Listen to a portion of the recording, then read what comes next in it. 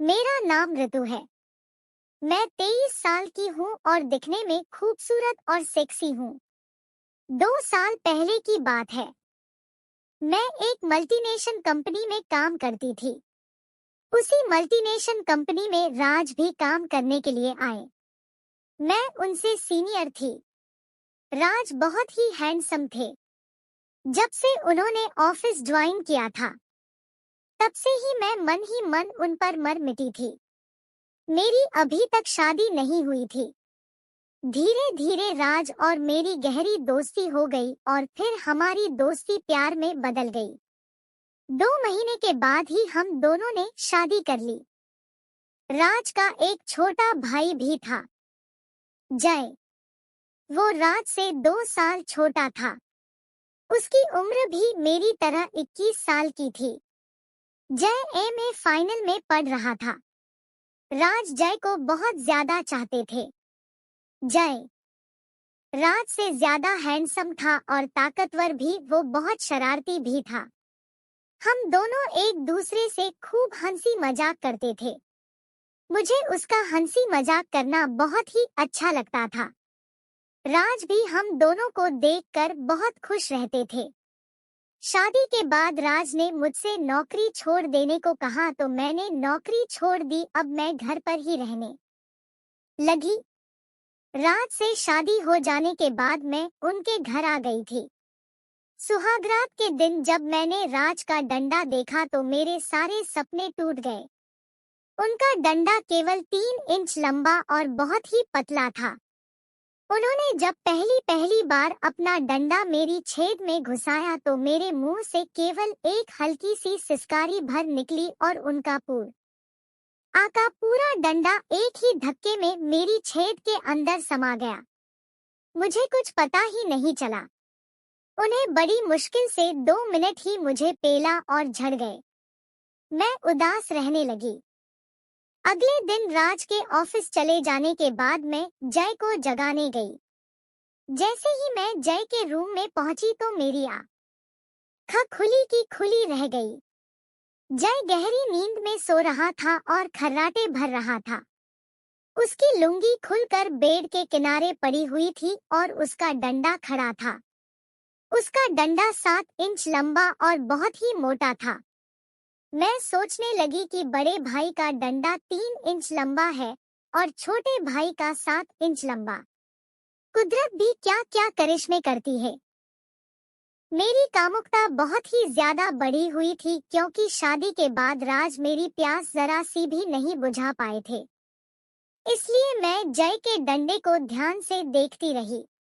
मुझे जय का डंडा बहुत ही अच्छा लग रहा था। उसके डंडे को देखकर मेरे मन में गुदगुदी सी होने लगी। मैंने सोचा काश राज का डंडा भी ऐसा ही होता तो मुझे खूब मजा आता। मैं बहुत देर तक उसके डंडे को देखती रही। अचानक मेरे मन में ख्याल आया कि जय को कॉलेज भी भेजना है। मैं सोच में पड़ गई कि उसे कैसे जगाऊं। वो जगाने के बाद पता नहीं क्या सोचेगा। बहुत देर तक मैं खड़ी खड़ी सोचती रही और उसके डंडे को देखती रही। मैंने मन ही मन सोचा कि काश जय ही मुझे चोट देता तो मुझे जवानी का मजा तो मिल जाता। मैं जय के नजदीक गई और कहा, जय 9:30 बज रहे हैं, उठना नहीं है क्या? वो हड़बड़ा कर उठा तो उसने खुद को एकदम नंगा पाया। वो कभी मुझे और कभी अपने डंडे की तरफ देखने लगा। मैंने कहा, तुम ऐसे ही सोते हो क्या? तुम्हें शर्म नहीं आती? वो बोला, सॉरी भाभी, गहरी नींद में सोने की वजह से अक्सर मेरी लुंगी खुलकर इधर उधर हो जाती है। आज तुमने भी मेरा डंडा देख ही लिया, अब क्या होगा? मैंने कहा, होगा क्या? उसने अपने डंडे की तरफ इशारा करते हुए कहा, भाभी, ये मुझे बहुत ही परेशान करता है। अक्सर सुबह के समय ये खड़ा हो जाता है। इतना कहकर उसने अपनी लुंगी उठानी चाही तो मैंने तुरंत ही उसकी लुंगी उठा ली और कहा, तुम ऐसे ही बहुत अच्छे लग रहे हो। वो बोला, केवल मैं ही अच्छा लग रहा हूँ, क्या मेरा डंडा अच्छा नहीं है? मैंने कहा वो तो बहुत ही अच्छा है। वो बोला पसंद है तुम्हें? मैंने कहा हाँ। वो बोला फिर ठीक है, चाहो तो हाथ लगा कर देख लो। मैंने कहा कॉलेज नहीं जाना है क्या?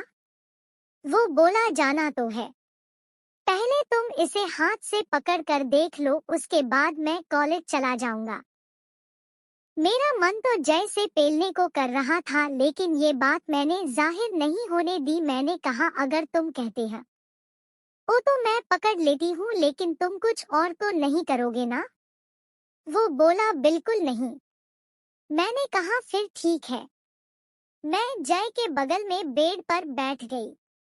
जोश के मारे मेरी गुफा गीली हो रही थी। उसने मेरा हाथ अपने डंडे पर रख दिया तो मैंने जय का डंडा पकड़ लिया। थोड़ी देर तक मैं उसके डंडे को पकड़े रही, तो वो बोला सहलाओ इसे। मैंने उसके डंडे को धीरे धीरे सहलाना शुरू कर दिया। मेरे सहलाने से उसका डंडा और ज्यादा टाइट हो गया। थोड़ी देर बाद मैंने कहा अब जाओ नहा लो। वो बोला नहीं और सहलाओ। मैं उसका डंडा सहलाने लगी। वो बोला करने दोगी? मैंने कहा नहीं। उसने पूछा क्यों? मेरा डंडा तुम्हें पसंद नहीं आया? मैंने कहा था ना कि मुझे तुम्हारा डंडा पसंद है। वो बोला फिर कपड़े निकाल कर लेट जाओ। मैंने कहा मैं तुम्हारी भाभी हूँ, मैं तुम्हारे सामने घोड़ी नहीं बनूंगी। वो बोला फिर तो तुम्हें सारी जिंदगी जवानी का मजा नहीं मिल पाएगा। मैंने पूछा क्यों? वो बोला भैया का केवल 3 इंच का ही है। मैं जानता हूँ कि उनसे पिलने में किसी भी औरत को बिल्कुल भी मजा ना ही आएगा। मैंने कहा तुम कैसे जानते हो कि उनका छोटा है? वो बोला हम दोनों बहुत दिनों तक साथ ही साथ एकदम नंगे ही नहाते थे। हम दोनों एक दूसरे के बारे में अच्छी तरह जानते हैं। तुम मेरी कुत्तियां बन जाओ, मैं तुम्हें जवानी का पूरा मजा दूंगा। मैंने कहा तुम्हारे भैया को पता चलेगा तो वो क्या कहेंगे? वो बोला कुछ नहीं कहेंगे, क्योंकि वो जानते हैं कि उनका छोटा है और वो किसी औरत को पूरा मजा नहीं दे सकते हैं। मैंने कहा अच्छा देखा जाएगा। अब तुम जाओ नहा लो, मैं नाश्ता बनाती हूँ। जय नहाने चला गया और मैं किचन में नाश्ता बनाने चली गई। नहाने के बाद जय ने नाश्ता किया और कॉलेज चला गया। उस दिन जब मैं रात में सोने के लिए अपने रूम में गई तो राज जाग रहे थे। मैं जैसे ही बेड पर उनके पास बैठी तो उन्होंने पूछा कैसा लगा जय का डंडा? मैंने कहा क्या मतलब है तुम्हारा? वो बोले शादी के पहले मैं ही जय को जगाया करता था। अक्सर उसकी लुंगी खुलकर इधर उधर हो जाती थी और उसका दिखाई देता था।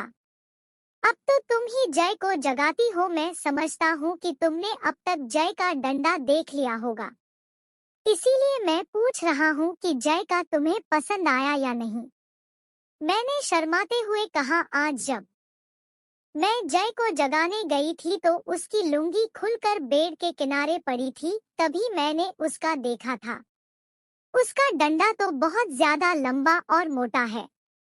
उसकी बीवी को जवानी का भरपूर मजा मिलेगा। मेरी किस्मत में तो जवानी का मजा लिखा ही नहीं है। वो बोले मैं जानता हूँ कि मैं तुम्हें पूरा मजा नहीं दे सकता, क्योंकि मेरा डंडा तो किसी छोटे लड़के की तरह है। अगर तुम चाहो तो जय की घोड़ी बनकर जवानी का पूरा मजा ले लो, मुझे जरा सा भी एतराज नहीं है और ना ही मैं तुम्हें मना करूंगा। इस तरह घर की बात घर में ही रह जाएगी, किसी को कुछ भी पता नहीं चलेगा। मैंने कहा तुम नशे में तो नहीं हो? वो बोले मैं पूरे होश में हूँ। मैं नहीं चाहता कि मेरी वजह से तुम सारी जिंदगी जवानी का मजा ना ले पाओ। तुम जय से पिलकर कर जवानी का पूरा उठाओ। मेरा मन तो पहले से ही जय से पिलने को हो रहा था। अब तो मुझे अपने पति से इजाजत भी मिल गई। मैं बहुत खुश हो गई। मैंने कहा ठीक है, देखा जाएगा। वो बोले देखा नहीं जाएगा, तुम उससे कल ही पे लो। कल उसे कॉलेज मत जाने देना और सारा दिन खूब जमकर मजा लेना। मैंने कहा ठीक है, मैं कल जय से पिलने की कोशिश करूंगी। उसके बाद हम सो गए। अगले दिन राज के ऑफिस चले जाने के बाद मैं नहाने चली गई। नहाने के बाद मैंने अंदर कुछ भी नहीं पहना। मैंने केवल तौलिया को अपने बदन पर लपेट लिया क्योंकि आज मुझे देवर की घोड़ी बनना था।